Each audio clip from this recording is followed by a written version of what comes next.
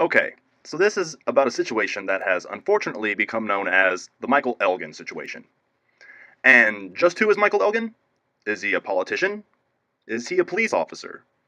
Is he even the owner of a real business? With employees, payroll, and the livelihood of other human beings under his direct control? Nope, not at all. In fact, he's a professional wrestler.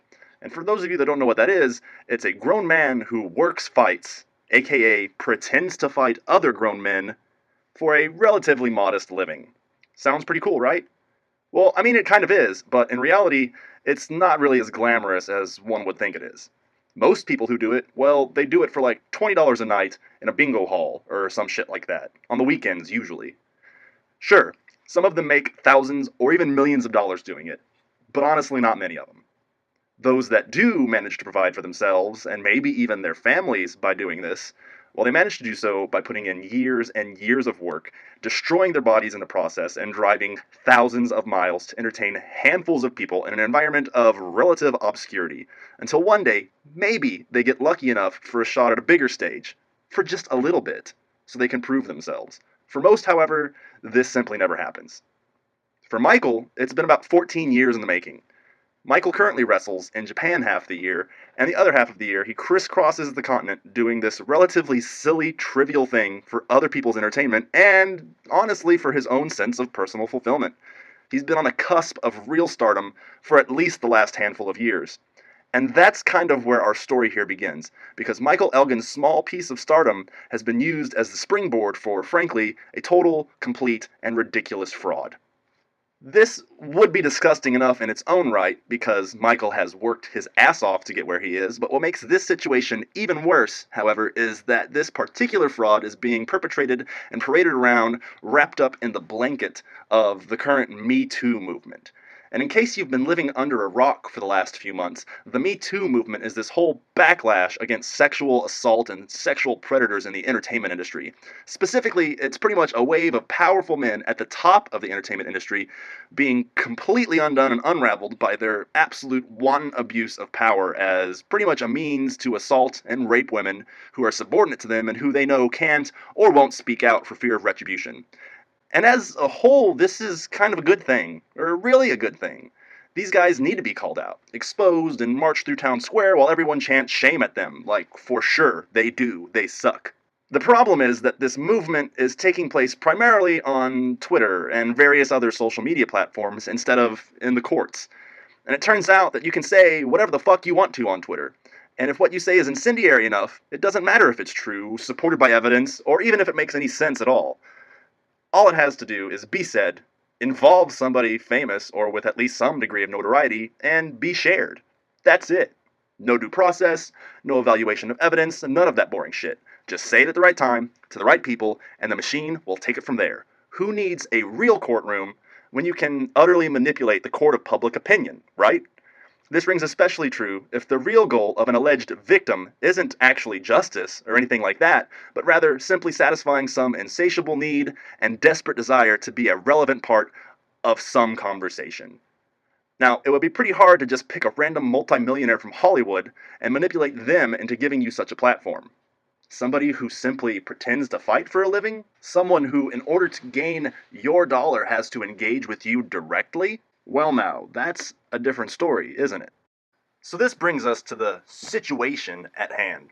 But before we get into that, let's just go back a bit and start from the beginning so that maybe this thing can make at least a bit more sense. Because the perpetrator of this fraud would prefer it that we just didn't do that. So that's what we're gonna do. Before we get into the specifics of this situation, however, I want to openly address the fact that I am not going to be referring to this alleged victim by name. Think what you want to about that, I don't really care. Aside from the fact that this entire thing has clearly been a ploy to gain attention, and repeating her made-up, I'm a wrestling fan who thinks they have a gimmick and is part of the damn show name over and over again would only play into that aspect a bit more than I'm trying to here. My only real concern with this video is Michael Elgin, what he has and hasn't done, and even just what he has and hasn't been accused of having done. We'll get back to that one. So let's get started, and I'll try to be succinct here. The alleged sexual assault in question occurred in March of 2017 in a private residence nowhere near the site of any type of professional wrestling event at all. And this alleged sexual assault did not involve Michael Elgin whatsoever, and in fact, it has never even been remotely suggested that it did. Instead, the accused is a former student of Elgin's who went by the name Sean Orleans. Additionally, the accuser and the accused had been involved in an ongoing sexual relationship up until the point that this event allegedly occurred, a fact which the accuser actively sought to keep hidden when going public with whatever the hell this situation was. To put it plainly, these two grown adults, both in their 30s, neither of whom is Michael Elgin, were having sexual relations regularly until one night when Sean Orleans' advances were rejected in some form or another, and he went home. To further clarify, rape has never been a part of these allegations.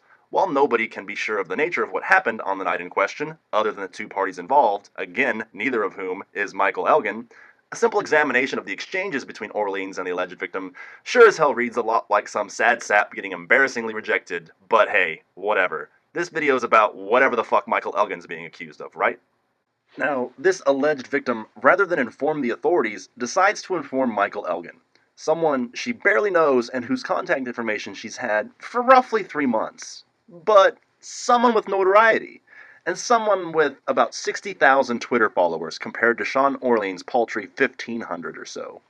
She's looking up the food chain. So why would she message Michael Elgin instead of going to the cops?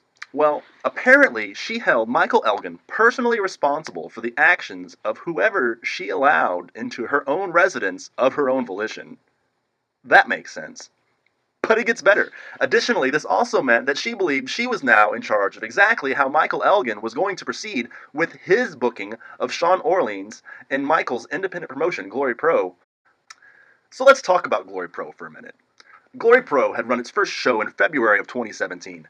This show, by relative comparison to other local shows, was a resounding success. It was clear that Elgin was going to be bringing in top-tier talent, the likes of which St. Louis had not previously seen. Incidentally, this was only possible because of the connections that Michael had made across the course of his 14-year career. Since Michael was a wrestler himself and knew many of the top wrestlers in the world, they would come to St. Louis for Michael at a price that they would laugh at from any other promoter offering it. This was significant because shows in St. Louis simply do not draw a big enough crowd to pay for top-tier talent. Outside of Glory Pro, you were lucky to be drawing about 150 fans for a show, and those kinds of numbers don't pay the bill. Elgin's show, though it drew 300 plus and seemed like a whole new world for the fans of St. Louis wrestling, was still only possible through the mechanisms of Elgin's contacts. Glory Pro ran 6 shows in its inaugural year, and most of them from a Knights of Columbus Hall in East Alton, Illinois, with a ceiling that's about 9 feet high. This is about a 40-minute drive from downtown St. Louis to avoid the costs of the commission in Missouri, which would have made the shows actually cost money to put on.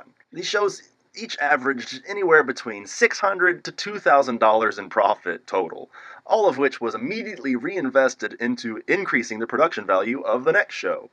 Truly, this was a fly-by-night passion project devised by Elgin as a way to gain exposure for his own students by pitting them in matches against more notable national talent, talent that would otherwise never have touched the St. Louis scene with a 10-foot pole.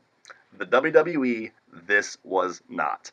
Elgin was no businessman. Elgin had no training in any kind of business acumen whatsoever. Elgin didn't have employees and payroll. He had volunteers, imported big names doing him a favor, motivated students, and a simple goal: elevate his students while providing a surreal, intense, and reasonably priced product for the fans lucky enough to live within driving distance. You could get into these shows for the spare change in your wallet. And what I'm getting at here is this. Michael Elgin's Glory Pro was much more akin to a modest series of local concert events than it was, say, a Fortune 500 company, or even a legitimate small business, like, say, AAW or PWG or any of the so-called super indies. Therefore, his position of power or influence was, at best, marginal and fleeting. Combine this with the fact that in 2017, this guy wrestled over 200 matches on 3 different continents and half a dozen countries, and you can kind of get the idea of just how tertiary anything Glory Pro was to him. This guy wasn't even in St. Louis very much. Remember this, because that fact is going to be important later on. Running with the series of local concerts analogy for a moment, this would be like if, say, a band like Green Day decided to do a series of small shows in their hometown in between larger tours.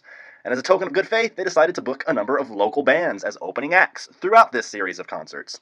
So now then, imagine if the bass player of one of these local bands had a girlfriend or just an on again, off again fuck buddy, and then suddenly these two individuals have a falling out, and the girlfriend slash fuck buddy claimed that it ended in an act of sexual assault.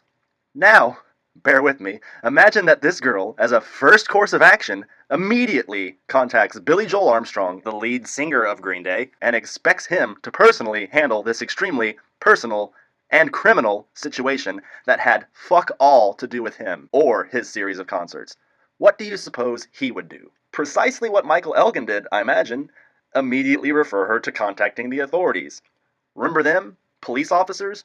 One of those things that early on we clearly established Michael Elgin is not one of? Actually, Billy Joel Armstrong could probably just afford the $70,000 attorney to handle this kind of situation for him, so that a permanent degree of separation could immediately exist and he could go on about his own business, playing shitty music. Someone like Elgin, though, certainly can't afford that kind of nonsense, so he does precisely what most of us would probably do. He tells her to call the cops.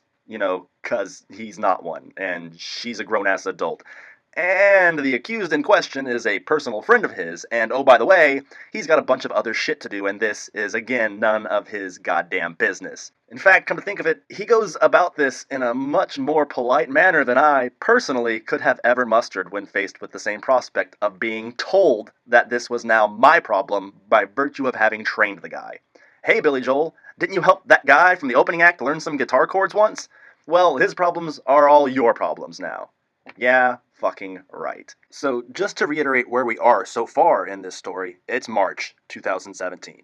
Glory Pro has had one show at this point, and one of the wrestlers from that show has a fuck buddy that has asked Michael Elgin to be the judge, jury, and executioner in their personal shit. Elgin has politely declined and moved on from the prospect of waiting around in other people's drama. Now, a bunch of shit happens in between here and October, and I promise we'll get to that in a bit, because in reality, that's what this whole thing is really about, but for now, let's just jump up to October. Okay, so it's October now, and Harvey Weinstein, Kevin Spacey, and a dozen other Hollywood dickheads are falling like dominoes in the wake of the Me Too movement. Our culture is undergoing a vital, pivotal, and overall healthy paradigm shift towards the empowerment of people who have been clear, blatant victims of assault and abuse. So I guess it's time to cue some bullshit accusations aimed solely at the goal of garnering a following on the internet, because with the way this shit is all starting to go down in rapid-fire succession and the time it takes to make a tweet, that is, unfortunately, the inevitable evolution of things. Even more unfortunately, this also means that it's time to water down the plight and struggle of actual victims with the farcical claims of a pathetic bullshit artist. And with that said, we're going to go ahead and bring this video to an end and pick back up in the next video with the details of how this farce has gone down thus far.